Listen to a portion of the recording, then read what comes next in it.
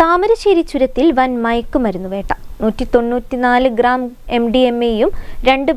MDMA-യുമായി 2 പേർ പിടിയിലായി. താമരശ്ശേരി സ്റ്റേറ്റ് മുക്ക് സ്വദേശി ഫവാസ്, ബാലുശ്ശേരി കാട്ടാംവള്ളി സ്വദേശി ജാസിൽ എന്നിവരാണ് എക്സൈസിന്റെ പിടിയിലായത്.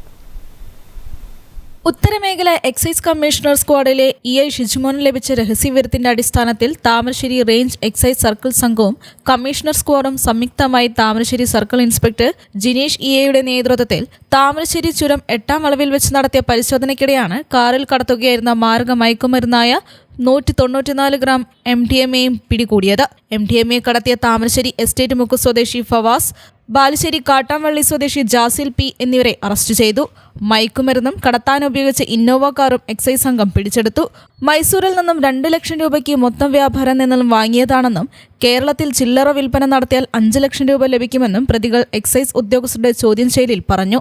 എക്സൈസ് സംഘത്തിൽ ഇൻസ്പെക്ടർമാരായ ഷിജുമോൻ T, സന്തോഷ് കുമാർ, പ്രിവന്റീവ് ഓഫീസർമാരായ ഷിബു ശങ്കർ, സുരേഷ് ബാബു തുടങ്ങിയവർ പരിശോധനയ്ക്ക് നേതൃത്വം നൽകി. News bureau, Thamarassery.